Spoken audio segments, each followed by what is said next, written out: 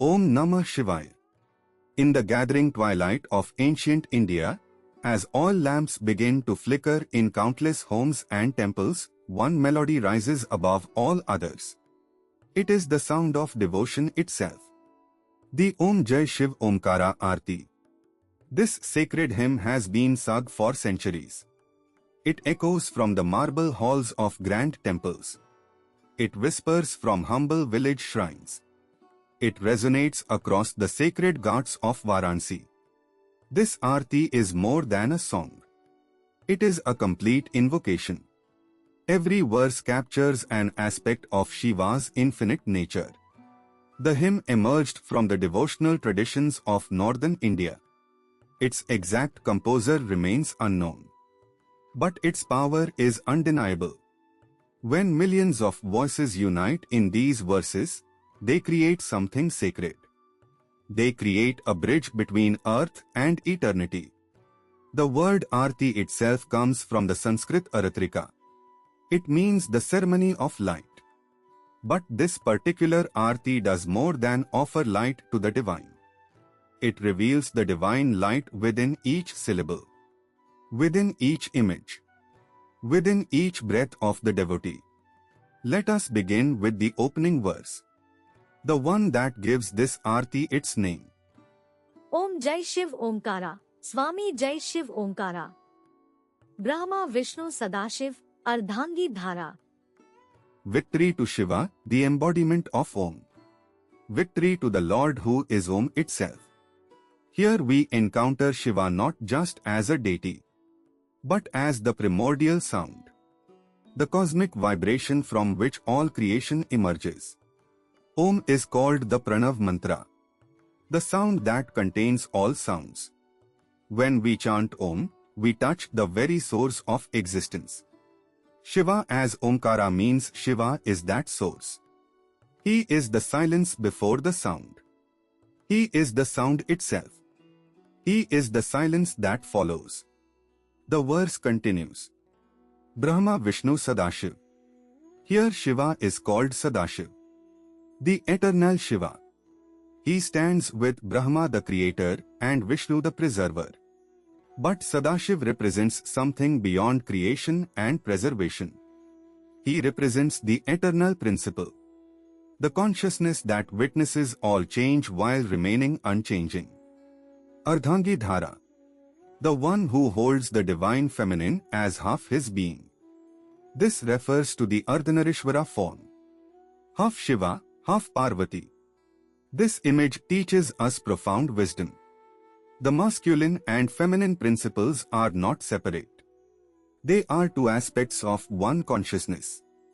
Creation requires both. Destruction requires both. Transcendence requires both. Ekanan Chaturanan Panchananan Rajai. Hansanan Garudanan Vrishvahan Sajay. This verse reveals the Pacha Mukha, the 5 faces of Shiva. Each face governs a different aspect of cosmic function. Each face looks in a different direction. Together, they see everything. They govern everything. They transcend everything. Ekanan refers to the one face, the central face that looks forward. This is Tatpurusha, the face of consciousness itself.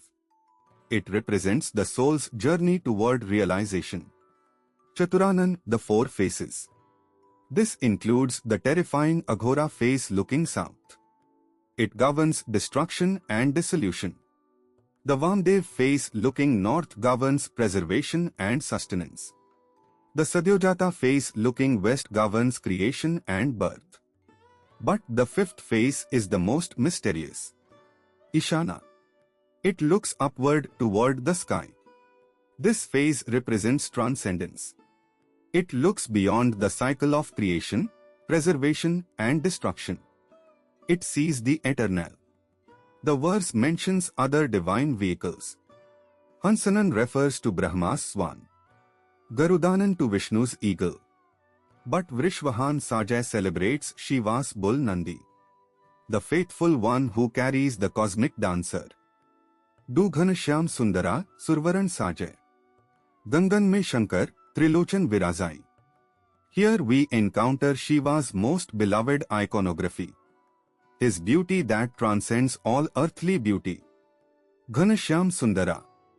Dark and beautiful like rain clouds.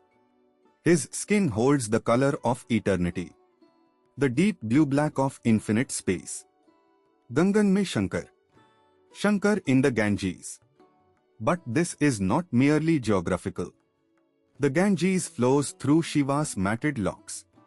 She represents the flow of divine grace. When she descended from heaven, her force would have shattered the earth. Only Shiva could receive her. Only his hair could gentle her cosmic power. The river in Shiva's hair teaches us about spiritual life.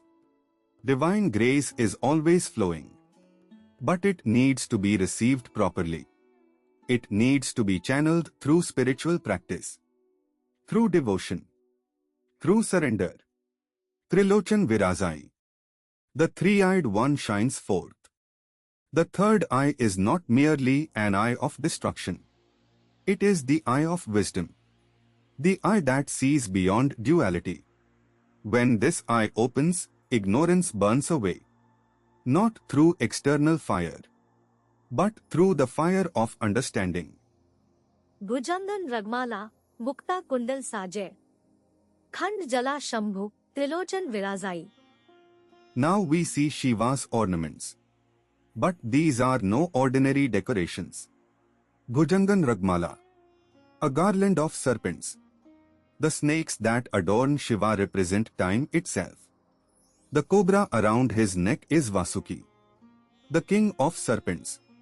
By wearing Vasuki, Shiva shows his mastery over time and death. The serpent also represents Kundalini, the spiritual energy called at the base of the spine. When this energy awakens, it rises like a serpent through the chakras. Shiva as the supreme yogi shows us this path. He embodies the awakened state. Mukta Kundal Sajay. Pearl earrings that graze his ears. These pearls come from the cosmic ocean. They represent the gems of wisdom, the insights that arise when consciousness dives deep into itself. Khand Jala Shambhu. This phrase carries profound meaning. Khand refers to the crescent moon on Shiva's forehead. Jala means water, but together they represent the nectar of immortality, the soma that flows from the moon's phases. The crescent moon on Shiva's head tells an ancient story. When the gods and demons churned the cosmic ocean, many treasures emerged. Among them was the deadly poison Halhala. No one could contain it. The poison threatened all creation. Only Shiva stepped forward. Only Shiva drank the poison. But he did not swallow it completely. He held it in his throat. The poison turned his throat blue. This is why he is called Neelkanth, the blue-throated one. By holding the poison, he protected all life.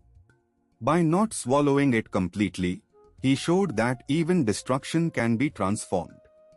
The moon on his forehead represents hope after darkness, cool relief after burning, the promise that even poison can become medicine in divine hands. Kashi Vishwanath Jyotirlingam, Ganga Jamuna Tahan. Raghunandan Vaishnavano, Aarti Utar Kargan. This verse transports us to Kashi, the city of light, Varanasi, where the Vishwanath temple stands. Here lives one of the 12 Jyotirlingas, the lingas of light where Shiva manifested as infinite radiance. Kashi is called the eternal city. It is said that Kashi stands on Shiva's trident. When the cosmic dissolution comes, when all worlds are destroyed, Kashi remains. It floats in the void, waiting for creation to begin again. Ganga Jamuna Tahan, where the Ganges and Yamuna flow. But in Kashi, these are not merely rivers. They are streams of consciousness, paths of liberation. Every step on the ghats of Varanasi is a step toward freedom. The verse mentions Raghunandan Vaishnavanu, the devotees of Rama and Vishnu. Even they come to offer Aarti to Shiva. This teaches us something beautiful. True devotion recognizes no boundaries. Love for one aspect of the divine opens the heart to all aspects. In the evening, as the sun sets over the Ganges, thousands gather for Aarti. The priests hold aloft the 5 wick lamps. These 5 flames represent the 5 elements: earth, water, fire, air, and space. By offering these elements back to Shiva, we acknowledge their source. The camphor burns brightest of all. Camphor leaves no residue. It burns completely. It represents the ego dissolving in divine fire. When we offer camphor to Shiva, we offer our separate sense of self. We ask for it to be burned away in the flames of realization. The brass bells ring out across the water. Their sound carries the prayers of countless hearts. Each ring dissolves a bit of ignorance. Each chime opens the mind a little wider. This Aarti is traditionally sung during evening worship. But its power extends beyond fixed times. Devotees chant it during personal crisis, during moments of joy, during the quiet hours before dawn when the mind is most receptive to grace. The melody itself is medicine. The rhythm matches the heartbeat of devotion. When sung in groups, individual voices merge into something greater. The separate self dissolves into collective worship. The collective worship dissolves into divine presence. In homes across India, mothers teach this Aarti to their children. The words become as familiar as breathing. The tune becomes a pathway home. No matter how far life's journey takes them, these verses remain. They carry the warmth of oil lamps, the fragrance of incense, the safety of belonging to something eternal. The Om Jai Shiv Omkara Aarti is complete theology expressed through simple words. It contains the essence of Shaivism, the recognition that consciousness and cosmos are one, that the divine dwells equally in the terrifying and the beautiful, that liberation comes through seeing this unity everywhere. When we sing this Aarti with full presence, something shifts. The ordinary moment becomes sacred. The sacred moment becomes a doorway. Through that doorway, we glimpse what the mystics have always known: that Shiva is not somewhere else. Shiva is the very awareness through which we seek Him. May Lord Shiva, the auspicious one, the destroyer of ignorance, bless you with inner peace, fearlessness, and liberation.